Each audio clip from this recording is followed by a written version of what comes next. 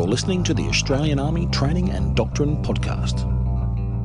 Welcome to our short series of podcasts on the Cove featuring 7th Battalion, the Royal Australian Regiment, and the lessons learned during the battalion's ready year deployed in the Middle East region. With me is Corporal Tyson Napier, who deployed with the battalion on Operation HIGHROAD to Afghanistan from June 2016 to February 2017. So tell us about your role on that mission. What was your responsibility? I was a section commander as part of FBA 6, and my main role was the protection of the mentors as they train the Afghan soldiers. So you were in a force protection role? Yes, that's correct, yep.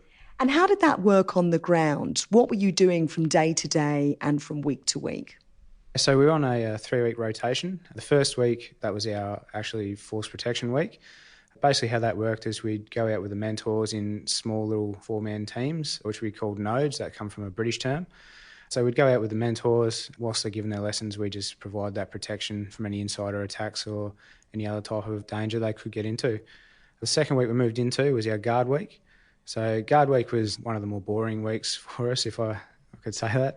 There was towers all around our little FOB, which we had to man. So the diggers would usually man the towers. Me being a section commander, I'd be in the guard room itself with a little camera and a little radio to all the towers. So yeah, we tried to keep the rotations a bit reasonable for them, only a few hours at a time to keep them alert. Then we had our third week, which is our QRF week. There's 2 stages of QRF. QRF is a quick reaction force. So the first QRF 1 we called it, that was just a section task. Now that was a 5-minute notice to move, so we'd all hang out in the QRF 1 room just for 24 hours at a time. That was more of a localised sort of QRF for the Mufunda area itself. QRF 2, that was one our entire platoon was part of, including the QRF 1 guys. That was on a 15-minute notice to move, and that could be reacted anywhere throughout Kabul. That sort of double-hatted though with other tasks such as securing the HLS for visitors that come in, or going down to the GSU gates to allow the contract workers to come in, just things like that, yeah. So there was some diversity, even though the overarching theme was force protection. So how did you prepare for that before you went into country, before you left Australia? We spent a solid 6 months training up for it. We were quite lucky in the fact that because we were working in Kabul, which is a city, and Noah, which is like a classroom type environment, we didn't really have to go out bush that much until we were training just with actual live fire rounds and things like that. So a lot of it was just here on base. We set up little scenarios. We got some contractors in with some, like fake blood and all that kind of thing for the CAS scenarios. So we really tried to focus on just working with mentors, getting used to engaging with a high rank. So, we could be dealing with up to a brigadier sort of level as mentors. So just getting that familiarity and confidence in, especially the younger soldiers, in talking to ranks that high. And focused heavily on casualty stuff as well. Although we had no real role of going out and looking for fights anymore, we still had to be ready. So, a lot of casualty work. Interestingly, in one of the other podcasts in this short series recorded with Lieutenant John Pandoulis, he talked about, as a platoon commander, the importance of training his members to be able to brief those members of higher command, and that importance of self-confidence in that briefing context. Was that your experience, that you received sufficient training to be able to do that? Yeah, I think, we come up with some little brief cards to sort of standardise throughout everything as well, to try to just give that little bit more confidence, especially the younger guys. The mentors, they tried to really take over and tried to tell us where we were going to go, rather than the other way around, as it should be. The guys providing security are the ones who dictate where they can and can't go. So, it was definitely helped to instil that confidence to actually tell these higher ranks that, no, sir, sorry, we can't do that. And you had to do that on the ground? Yeah, a number of occasions, yeah. A few of them get this idea that Afghanistan's a really safe place and that everyone's their mate. And, they try and wander off and, do their own thing a lot of the times. There are, a few that don't believe that force protection is necessary. So, we really had to force ourselves on those types of mentors and make it known that we're here to protect them, and we really have to do our job. We can't with them wandering off. In terms then perhaps of keeping your skills up to date on the ground, while you were going through this 3-week rotational structure of the quick reaction force, the guard duty and the force protection element, how did you keep your training current? The QRF week, that was our main one that we were able to pull a lot of rehearsals together just because we had a lot of free men at the time. Every QRF week we'd be doing at least one full QRF rehearsal. We'd do a couple of little casualty scenarios and things like that. The QRF1 guys, they'd be practicing going building to building through all the different zones for FOB cargo, especially zone red, I believe it was. That was quite a tricky place to sort of clear. It was a lot of shipping container, almost like a dump yard, or it sort of felt like, so we'd always be practicing that, make sure we're well drilled in it. Guard week was another time where we had a bit, not as much, but we had a few blokes around, so we'd try and run a few lessons here and there, more so just to get the professional development up of the younger guys. We might throw a scenario at them and just see how they would react, things like that. That also instills the drills that we have to use over there in their minds if they have to think of them through a scenario. How then did you adapt skills that you had learnt on the ground here in Australia to the realities of being in Afghanistan? The training this time around was really good. It really suited what we were doing. In previous rotations and different trips, they've really instilled this very war-fighting type of mentality, whereas this time around, it was well known that we weren't going over there to go out and fight. We were purely here for a protective role. So things as little as our stance on the ground, a non-aggressive stance, that kind of thing, we'd practice from those stances, if something did happen, to start engaging. So that really helped us a lot, especially range week. We did a lot of combat shooting as well in urban type environments, which really helped us.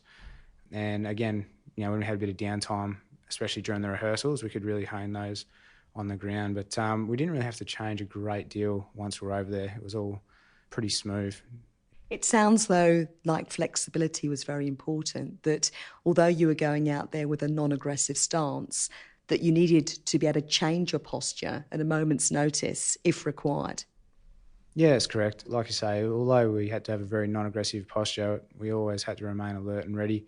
It's really hard to stay focused when you're doing such a boring task out there. And I won't lie, sometimes standing in a hallway trying to be on guard is boring after a few hours. But yeah, just even though you're in non-aggressive posture, you really have to be ready to snap into a combat stance at a moment's notice. So how do you achieve that? And how do you train for that? How do you train to maintain your focus and maintain that alertness even when the job does get mundane? It's a difficult one. It's different for everyone. Myself as a section commander, I was trying the hardest to keep my boys interested. When I'd go to meetings and stuff like that, we'd always spend a bit of time as a platoon sergeant whilst our sergeant was on leave.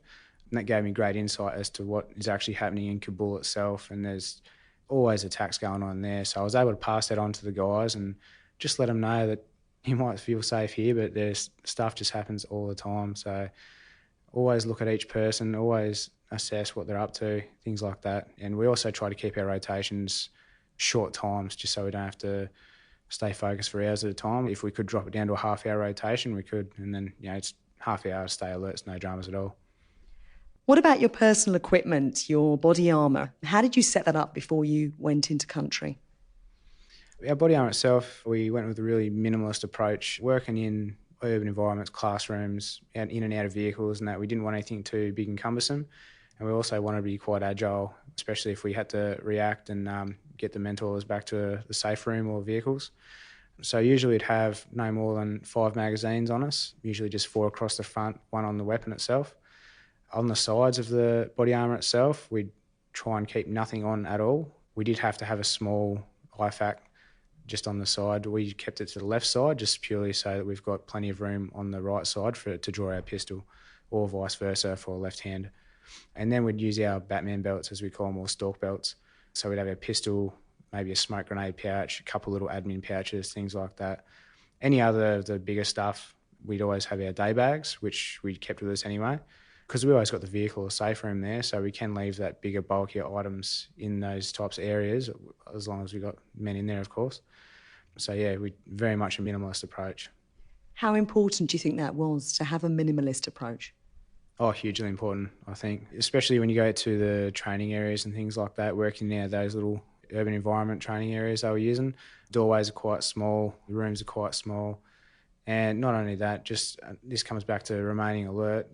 if you haven't got something that's bulky and heavy weighing you down, you're more likely to be paying attention. Looking back then on your deployment as a whole, what were the lessons learnt for you? Were there some ways in which you feel you could have prepared better? Or indeed there are some lessons perhaps you could pass on to subsequent rotations? I think for myself, having a previous trip definitely helped. So I knew what to expect coming in. I tried to pass that on to the boys that it's not like going to be a war movie. It's like I said, it's very much a protective, defensive role. So as long as you can understand that, there's going to be long periods of boredom. I'd highly recommend getting some kind of hobby or doing an online course, stuff like that. Just stuff to keep your mind occupied. Definitely keep in contact with friends and family back home. That helps dramatically. The biggest one for us is just understand that it's not a warfighting trip anymore as such. You know, always got to be ready for it, but it's not going out and looking for it.